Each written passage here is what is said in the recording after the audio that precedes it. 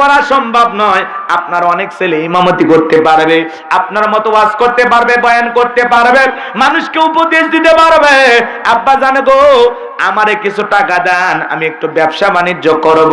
বলেন তো বাজান, বক্তার বেটা সবাই কি বক্তা হয়?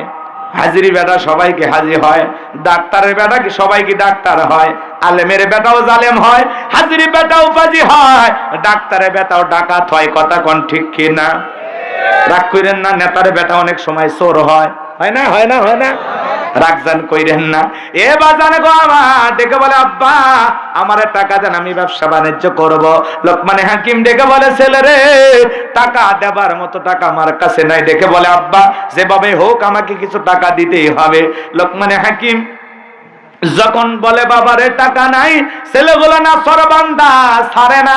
তখন ডেকে বলে আমি আমার এক বন্ধুর কাছে কয়েক হাজার দিরহাম পাই, কিন্তু এই পথ পাড়ি দিতে গেলে তোমাকে একটু কষ্ট করা লাগবে। আমি বাবা হয়ে ছেলেকে এত বিপদের পথে ফেলে দিতে পারবো না।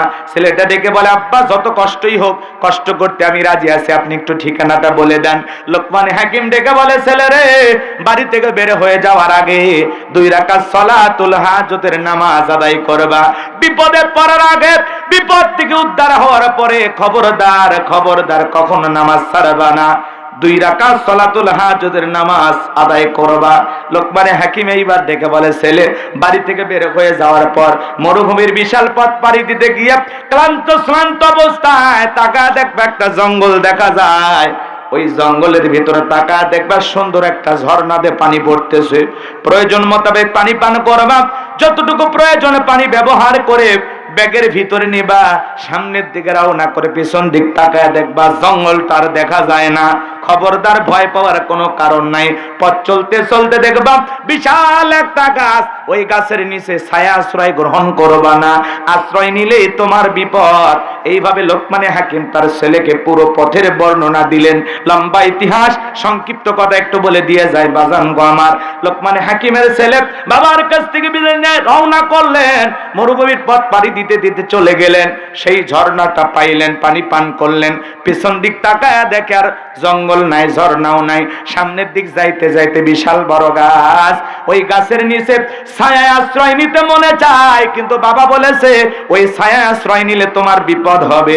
এইবার এই গাছের গোড়া একটা মুরব্বী বসে আছে, ডেকে বলে বাবা এই দিকে আসো। লোকমানে হাকিমের ছেলে ডেকে বলে না, বাবা বলেছে ওই জায়গা আশ্রয় নিলে আমার বিপদ হবে। মুরব্বী ডেকে বলে কেন, তোমার বাবা কি বলে নাই চলার পথে একজন মুরব্বীর সাথে যদি দেখা হয় খবরদার বেয়াদবি করবা না, মুরব্বী যা বলবে তুমি তাই শুনবা। বলে হ্যাঁ বলেছে, তাহলে ভয় পাওয়ার কোনো কারণ নাই, তুমি আমার কাছে আসো।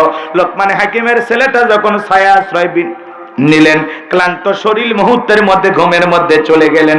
বিষাক্ত একটা সাপ ওই সন্তানটাকে সবল মারলেন। মুরব্বী তাকায় দেখে সত্যি তো লোকমানে হাকিমের ছেলের বিপদ হয়ে গেল। সাপটাকে ধরলেন, সন্তানটাকে বিপদ মুক্ত করলেন।